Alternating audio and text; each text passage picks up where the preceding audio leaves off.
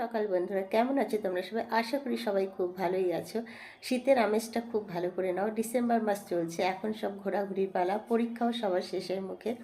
এখন আর কোনো বাধা নেই, সবাই যার যার সামর্থ্য অনুযায়ী ঘুরতে বেরিয়ে পড়ো। যদিও আমরা কোথাও যাই না, আমাদের তেমন কোনো কিছুই সামর্থ্য নেই, চার দেয়ালের মধ্যেই থাকি।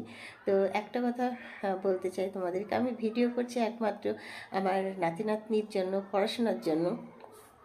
এটা সবাই জানো। নিরক্ষরতা দূরীকরণের জন্য এখন কিন্তু সব জায়গায় একটা করে অঙ্গনওয়াড়ি স্কুলও হয়েছে, কিন্তু সেই স্কুলে করে শুধুমাত্র ওই নিজের নামটা কোনো রকমের লেখা, ওটাতে কোনো কিছু জীবনে কোনো কিছু মানে করে খাওয়ার কাজ হবে না। ওটাই কোনো রকমের নামটাই সই হবে। কোনো কিছু করতে গেলে, জীবনে দাঁড়াতে গেলে, তাহলে পড়াশোনাটা খুবই প্রয়োজন। আমার নাতি নাতনিকে যদি বলি যে লেখাপড়াটা ভালো করে শেখ, নিজের পায়ে দাঁড়াতে হবে, নাতি তো বলেই ওঠে, কেন আমি কি নিজের পায়ে দাঁড়াতে পারি না? এই তো আমি দাঁড়াতে পারি, আমি হাঁটতেও পারি, আমি দৌড়াতেও পারি, তাহলে দাঁড়াতে হবে মানে কি? তা আমার নাতি ভীষণই অবুঝ, প্রচণ্ড দুষ্টু। ওকে আমি নিয়ে একদম পেরে উঠি না। ও এটা বোঝে না পড়াশোনা শিখে দাঁড়ানো মানে হচ্ছে রোজগার করা। এখন থেকে ওর মাথায় যদি রোজগারও হয়তো কোনো সময় ভাববে, হয় আমাকে যে কোনো উপায় রোজগার করতে হবে, যে টাকা পয়সা চাই তাই আমাকে পরিশ্রম করতে হবে, টাকা রোজগার করতে হবে, কিন্তু সেটাও ওর মাথায় আমি ঢোকাই না। আমি বলি তুমি একটা ভালোভাবে পড়াশোনা করো, দেখবে তুমি চাকরি খোঁজার আগে তোমাকেই হয়তো চাকরি খুঁজবে।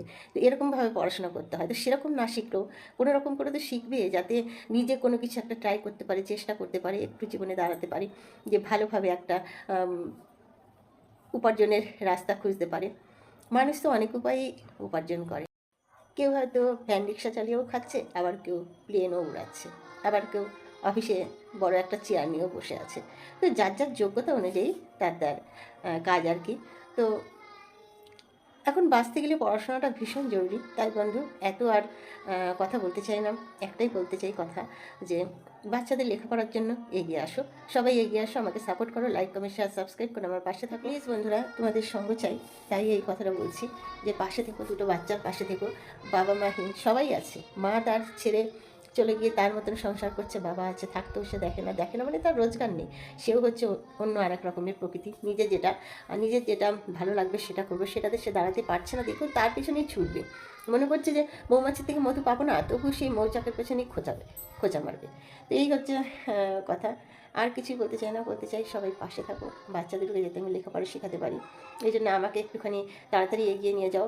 আমি অনেক রাতে লাইভে আসি কষ্ট করে, সেই সময়টা হয়তো ঘুমের সময়, তাও আমি লাইভে এসে বসে থাকি, আমার ঘুম পেয়ে যায়, সেখানে হয়তো লাইক কমেন্ট শেয়ার সাবস্ক্রাইব হয়তো